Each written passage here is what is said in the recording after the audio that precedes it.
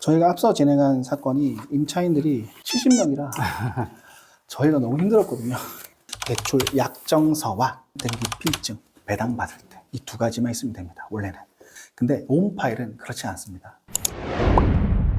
반갑습니다. 롬마켓TV 두 대표 서병입니다. 변호사님, 우리가 NPL을 거래하기 위해서 전국적으로 다 돌아다니고 있는데 오늘의 도시는 어디입니까? 무려 원주에 왔습니다.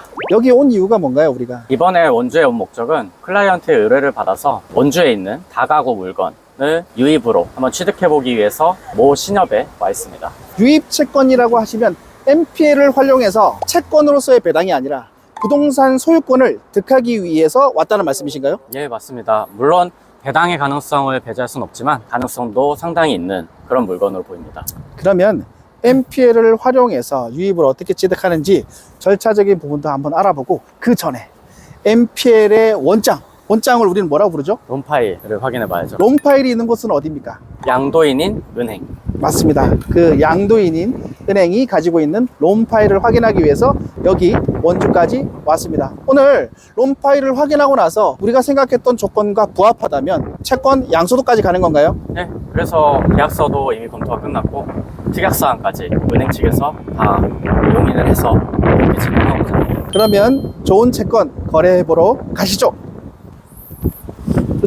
여기 우리가 이제 1주차 때 배웠던 민법에서 채권법, 물권법에서 다루었던 채권은 계약하게 되면 채권이 생긴다 라는 개념에서 그 채권의 권리가 화체된 종이, 그게 대출 약정서입니다. 최초의 대출 계약서를 작성했던 대출 약정서와 근저당권 설정 계약에 따른 등기 필증, 배당받을 때 이 두 가지만 있으면 됩니다, 원래는.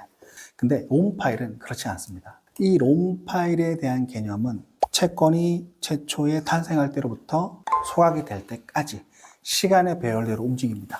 롬파일을 확인할 때에는 원장의 기준이 되는 채권과 물건을 확인하게 되는 것이고, 그에 부수해서 이 채권의 담보, 보강이라고도 하죠.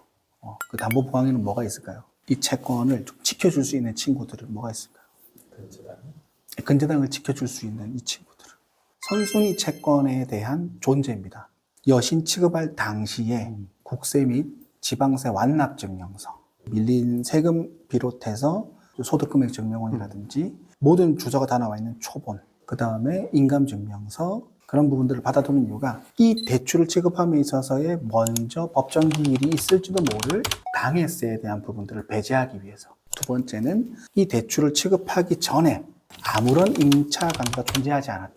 무상 거주 확약서나 무상 임대, 그런 것들을 받아두는 거죠. 왜 그렇게 하는 거죠? 선순위 채권인데 어떤 걸 배제하기 위해서? 임차권에 대한 우선 변제권을 배제하기 위해서입니다. 그런데 왜 배제가 안 되는 걸까요? 주택임대차보호법상의 법정기일의 선후를 따지지 않고 특정한 약식 요건만 갖추면 묻지도 따지지도 않고 선순위를 인정해주는, 배당 종기일 이후에 확인하신 건가요? 네, 그때 전화 주셔서 네. 그게 그날에 가서 한 겁니다. 혹시 뭐 임차인들이 경기 계약을 하거나 증액으로 하거나 그런 거는 없었죠? 저희는 대출을 받는 시점에서 네. 계약서를 받고 그 이후엔 계약서를 받진 않아요. 아. 그러니까 지금 이분들이 신고한 게 당시. 최종이라고 보시면 되실 것 같고, 어차피 배당 정보 연기 이후에 한 계약에 대해서는 그것도 인정이 되나요? 인정이 안 되는 걸로. 안 됩니다. 네. 예. 저희가 앞서 진행한 사건이 임차인들이 70명이라 저희가 너무 힘들었거든요. 경매 계장님도 누락이 됐는지 자기도 받았는데 서류 잃어버린 것도 있으시고, 우리가 이제 오히려 찾아서 이건 누락이 됐다라고 여러 번 저희가 오히려 찾아드렸어요. 선수님에도 불구하고. 다른 논점은 없네요. 그리고 경매 사건이 최초에 경매가 개시 결정될 때부터 전세 사기를 감안해서 금년 8월 10일까지는 집행 보류라 그 이후에나 진행 가능할 것 같아요. 저희가 그래서 속행 신청서를 넣는다 한들 기 결정된 부분을 저희가 뭐 앞당길 수는 없을 것 같아서 그걸 감안하시면 좋을 것 같아요. 한번 보시겠어요? 확인하셨나요? 저희는 다 확인했습니다.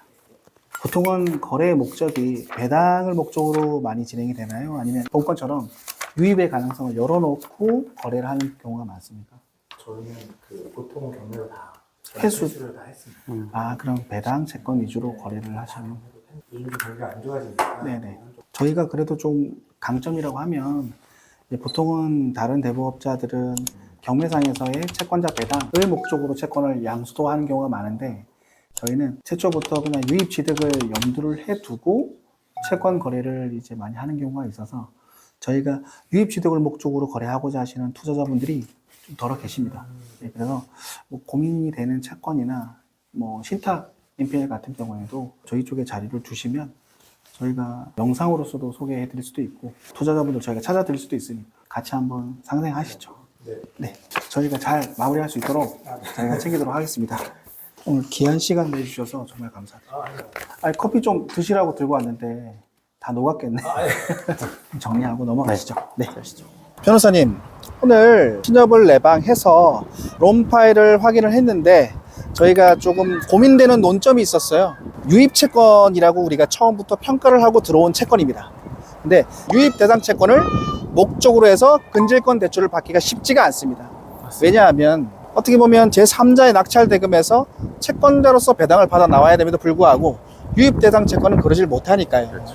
근데 지금은 더 크게 논점이 되었던 게 경매가 그냥 정지가 되어 있는 상태였어요. 결정문상에 기간이 보류가 됐다라는 개념이 나왔는데 그런 부분들은 왜 그렇게 된 겁니까, 변호사님? 아무래도 경매 유예 신청이 들어왔기 때문에 네. 정지된 측면이 있고 그러다 보니 근질권 대주 입장에서는 이런 물건들을 취급하기에는 조금 애매한 상황이 될 수도 있습니다. 전세 사기 특별법으로 인해서 경매 유예가 됐다는 말씀이신가요? 네, 맞습니다. 전세 사기로 인해서 경매가 유예가 됐습니다. 네. 이번 건은 몇 개월 정도 유예가 된 건입니까? 보통 최소 3개월인데 네. 복권 같은 경우는 한 6개월 정도, 한 8월까지는 보류가 되어 있고 그리고 그 말은 반대로 바꾸면 8월 이후에는 다시 경매가 정상적으로 진행된다는 말씀이죠. 그러면 근질권 대주가 가장 크게 걱정하는 경매 사건의 유동적인 부분들이 정리가 된다는 말씀이신가요? 네, 어느 정도 정리가 될 것 같고 그리고 이러한 점들을 어필해서 근질권 대주를 설득해서 근질권 대출을 이끌어낼 수 있을 것 같습니다. 근데 저 변호사님 궁금한 게 있어요. 우리가 지금 협의를 본 채권은 유입 채권입니다. 네, 맞습니다. 제3자의 낙찰로 인한 경매 대금을 우리가 채권자로서의 배당을 받아 나온다라는 개념이 많이 약한데 근질권 대주가 이 부분을 논점 삼아서 근질권 취급이 보수적으로 가게 된다면 우리는 어떻게 극복할 수 있을까요? 이런 경우는 방어 입찰 또는 유입의 가능성이 있는 채권으로 보고 투자자들로부터 방어 입찰 확약서라든지 그런 서류들을 증거해서 받아둔 다음에 이후에 이제 그런 서류들과 함께 근질권 대주를 설득해서 근질권 대출로 이끌어내는 게 어떤지 그런 생각을 해봤습니다. 정말 좋은 설명 감사드립니다. 자, 오늘은 유입 대상 채권을 양수도 론세일 거래를 하기 위해서 원주까지 와서 론 파일을 확인했고 채권 양수도까지 정상적으로 진행을 했습니다. NPL 채권을 활용해서 배당을 목적으로 투자를 하기도 하지만 유입을 목적으로 투자를 할 수 있다는 점도 구독자분들께서 알게 되신 좋은 케이스인 것 같습니다. 앞으로 이런 좋은 케이스를 가지고 자주 인사드릴 수 있도록 하겠습니다. 자, 론마켓TV 두 대표 서변이었습니다. 감사합니다. 고맙습니다.